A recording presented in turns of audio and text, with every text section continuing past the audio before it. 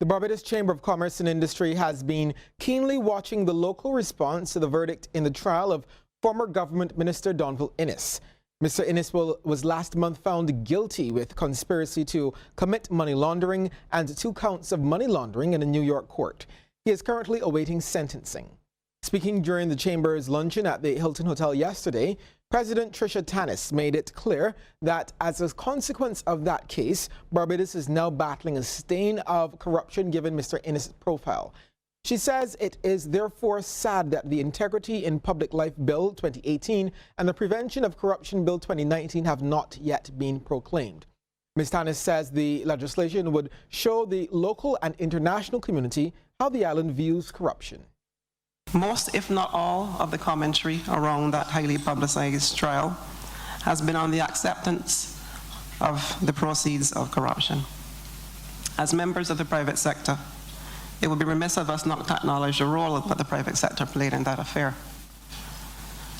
We've all gone very quiet. Corruption is a coin with 2 sides. For every corruptee, there's a corruptor.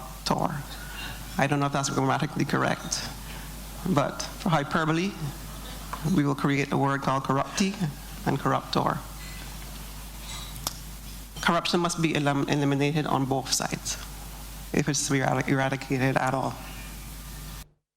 Ms. Tannis also expressed concerns about the increasing violent crimes across the island and has given the Chamber's commitment to working with the authorities.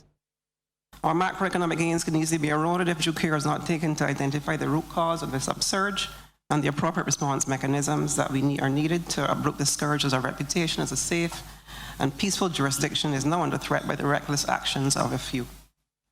The Chamber pledges its support to all law enforcement agencies of the government and will assist in any effort to reverse this plight. Touted legislation which addresses discrimination in the workplace is coming soon. The update was provided by Minister of Labour and Social Partnership Relations, Colin Jordan. Now, he says over time, government has sought to make workplaces safer through the introduction of various pieces of legislation. This bill will shortly be submitted to Cabinet for approval prior to it being laid in Parliament. These pieces of legislation touch on aspects of Convention 190. However, their intent would not have specifically contemplated, taken into consideration the broader definition of violence and harassment. Time now to take a look at how stocks traded on selected exchanges across the region. In Jamaica, Sagicor Select Funds Limited Financial was the volume leader with 24,315,837 units.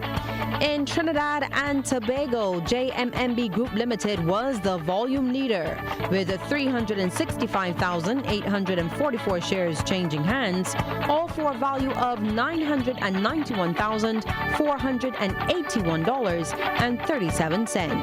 And here in Barbados, Epley Caribbean Property Fund SCC Development Fund was the volume leader, trading 23,000 shares at 15 cents each.